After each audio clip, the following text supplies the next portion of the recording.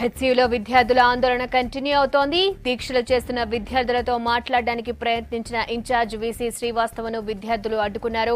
VC go back అంటూ నినాదాలు చేశారు. రోహిత్ మరణానికి కారణమైన ఇన్ఛార్జ్ వీసీతో తాము మాట్లాడేది లేదని తెగేసి చెప్పారు.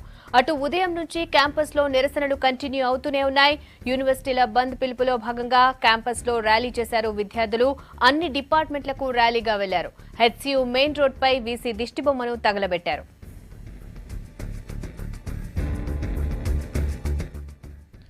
హెచ్సియులో ప్రెజెంట్ సిట్యుయేషన్ యాదగిరిని అడిగి తెలుసుకుందాం. యాదగిరి చెప్పండి, ఇన్ఛార్జ్ వీసీని విద్యార్థులు అడ్డుకున్నారు కదా, ప్రస్తుతం అక్కడ పరిస్థితి ఏంటి? విద్యార్థుల నిరసనలు ఎలా జరుగుతున్నాయి?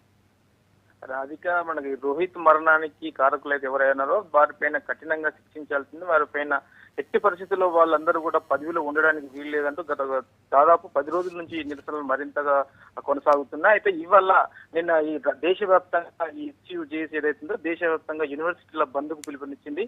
ఇవాళ ఉదయం నుంచి కూడా మనం చూసినట్లయితే హెచ్సియులో ఉదయం 9 గంటల ప్రాంతంలోనే హెచ్సియు జేఏసీ ఆధ్వర్యంలో యూనివర్సిటీలో ప్రతి డిపార్ట్మెంట్ తిరిగి నిరసనలు తెలుపుతూ దీనికైతే ఎవరైతే కారకులైనో వారందరినీ శిక్షించాల్సిందని చెప్పి ప్రతి డిపార్ట్మెంట్ కి వెళ్లి ప్రతి ప్రొఫెసర్ ముందు వాళ్ళు నిరసన వ్యక్తం చేశారు. అందులో భాగంగానే హెచ్సియు లోపల నుంచి మెయిన్ గేట్ వద్దకు వచ్చి వీసీకి సంబంధించిన దిష్టి బొమ్మను కూడా దగ్ధం చేయడం జరిగింది. ఇక అప్పారావు ప్లేస్ లో ప్రజెంట్ హెచ్సియు వీసీగా ఉన్నటువంటి అప్పారావు ప్లేస్ లో ఆయన లీవ్ లో వెళ్లినందుకు ఆయన ప్లేస్ లో శ్రీవాస్తవను ఇన్ఛార్జ్ వీసీగా నియమించారు.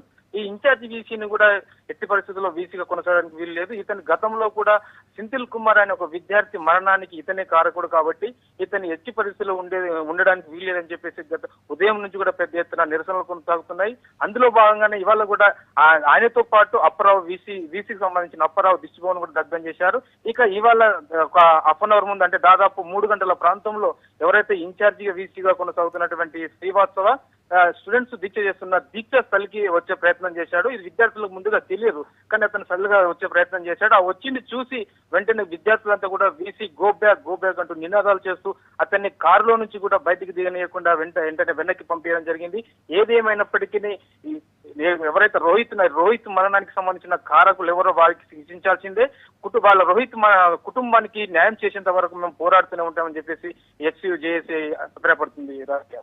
Right, thank you Yadagiri.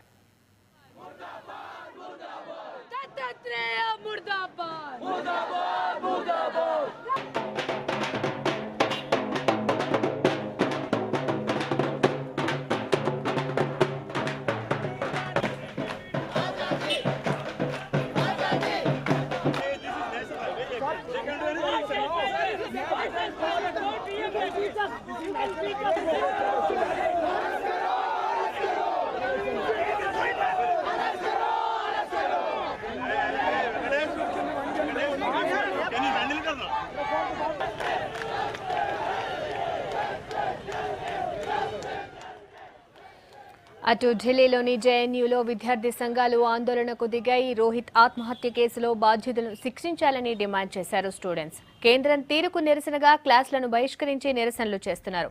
కేంద్ర మంత్రి స్మృతి ఇరానీ ఇంటి ముట్టడికి బయలుదేరిన విద్యార్థి సంఘాల నేతలను పోలీసులు అడ్డుకున్నారు.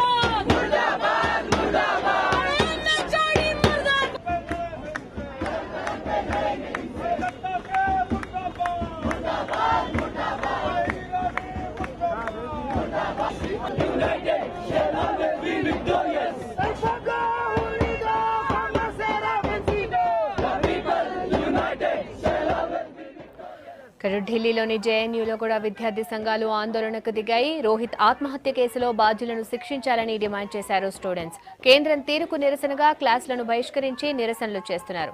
కేంద్ర మంత్రి స్మృతి ఇరానీ ఇంటి ముట్టడికి బయలుదేరిన విద్యార్థి సంఘాల నేతలను పోలీసులు అడ్డుకున్నారు.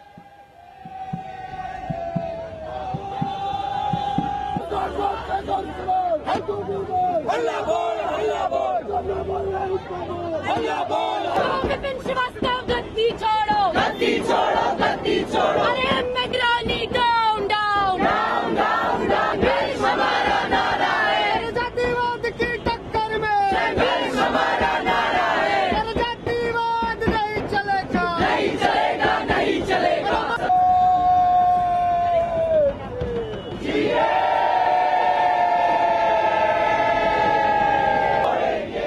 आतंकवादी रोहित को न्याय दो, तुम कितने रोहित मारोगे?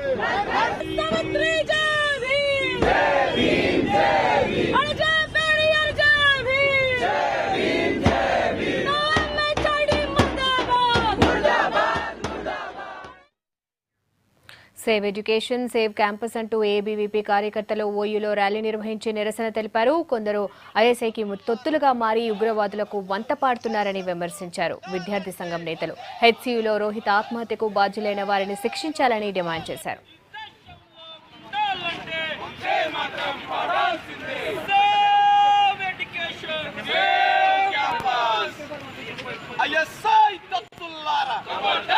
కమ్యూనిస్ట్ తొత్తులారా